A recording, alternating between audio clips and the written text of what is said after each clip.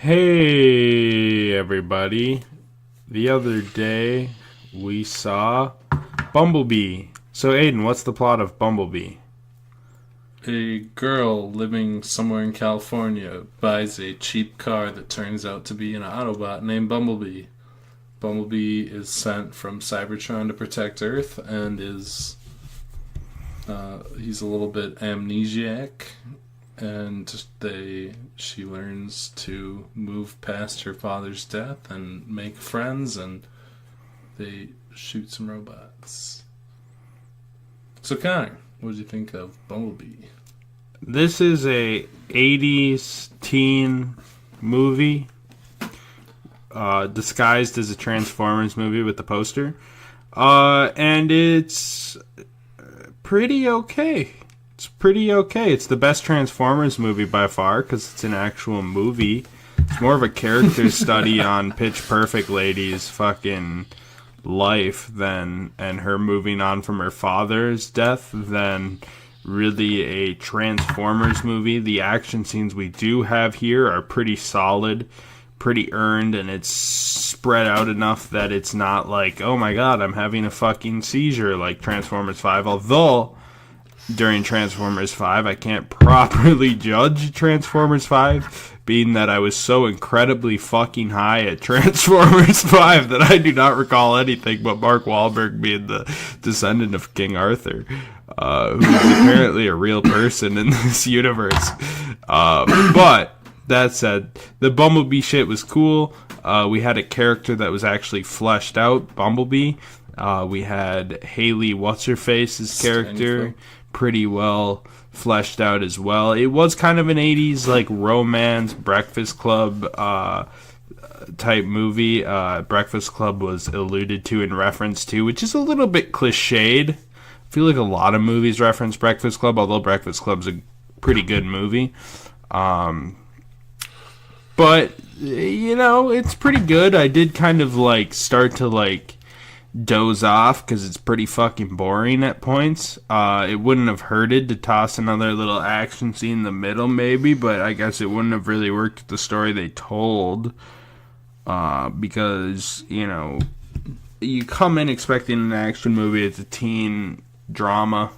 Not the best teen drama either, but it's okay. Honestly, it's a change of pace with Transformers. Hopefully they follow it where they slow down the future Transformers movies a bit, although Michael Bay is set to number direct 6. Transformers 6, so no So way. no. It's gonna go back to whatever the fuck it was. Mark Wahlberg and garbage. So Mark Wahlberg might be out, so they'll just throw another guy in there, find a new hot chick, Dwayne. and get back to some. Oh my god, Dwayne The Rock Johnson's The probably. Rock was in Transformers. It'd be the most Kino franchise on the fucking I planet. got something in my eye and it really burns. But anyway, you know, at the end of the day, it's a decent movie. I wish I had more to say. It's just a teen drama. Kind of heartwarming, kind of good. Better than the other Transformers movies. So it goes with Transformers 1 and 4 as being the only watchable Transformers movies. But still, 1 and 4 are kind of garbage. This is an okay movie. Yeah. There's not a ton I can really say. I don't know how I might rewatch it once. It's worth rewatching. It's kind of decent, but overall, if you're looking for like a high action Transformers fix, this probably isn't the movie for you.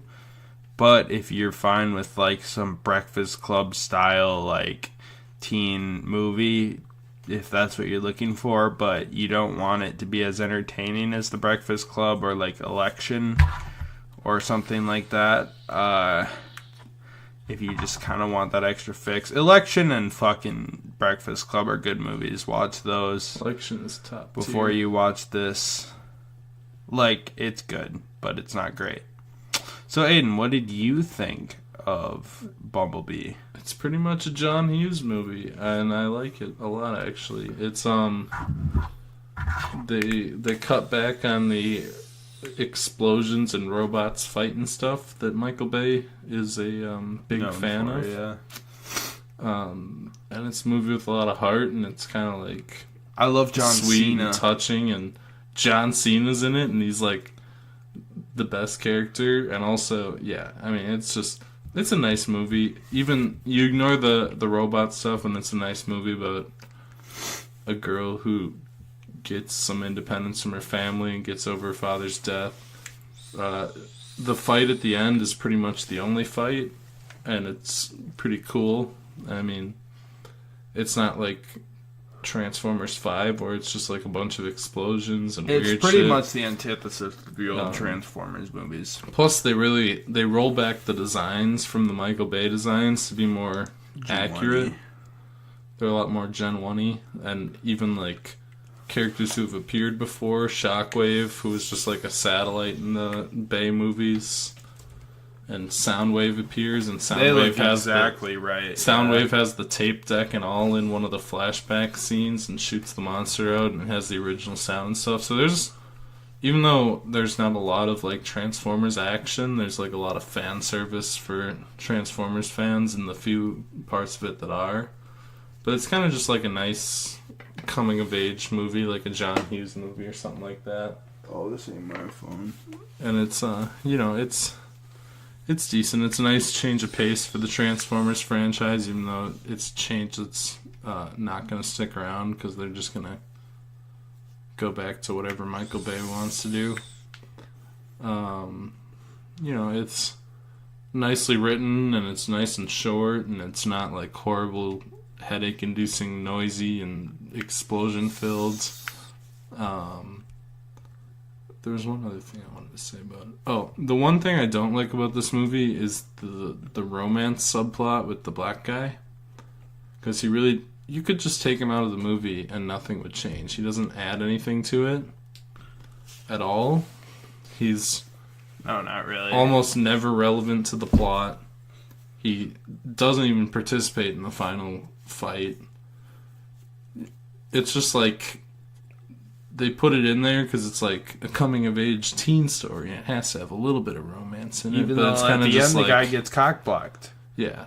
Poor guy. It's basically just like, this movie should have been like a movie about a girl in her car, but instead it's a girl in her car and also this black guy, this weird black guy. Reason. But it's a pretty minor complaint. It's a fairly solid movie and certainly the best of the Transformers live action stuff. I mean, Transformers the movie's still pretty fucking kino, but I like the OG Transformers movie. I like 1, and I like... I ain't talking about 1, I'm talking about fucking... The animated one? The animated movie. That one's fucking awesome. Kino. You got the touch! They added that shit into this movie, too. Yeah, they did. It's funny. Good fan service. I love You Got the Touch. But yeah, it's a decent movie all around. I'd certainly say that it's kind of just a nice movie in general. So, Connor, would you recommend Bumble Bee? I would recommend Bumble Bee. It's pretty decent overall. I mean, like, yeah, I'd recommend it. It's pretty fucking good. I was trying to find the animated movie, but they don't got it. Right there. Up here. One more. No, that's Beast Wars. Oh, that's Beast Wars. Weird. Fucking, they had it for the longest time. I didn't buy it because I was like, fuck it. And now they don't got it anymore, which is kind of a bummer. Yeah, I'd recommend it overall. But if you're just like, I want to watch Transformers fight for 2.5 hours, I wouldn't recommend it to you because you're not going to see Transformers fight for 2.5 hours. You're going to see Transformers fight for about 10 minutes total. But if you like a John Hughes movie, then you're going to enjoy this. And if you like seeing John Cena, yeah, John fucking Cena, bitch. I'd recommend it. I thought it was pretty fun. It was a fun movie. I too would recommend it. It's nice. That's it. That's it. Bye. Bye.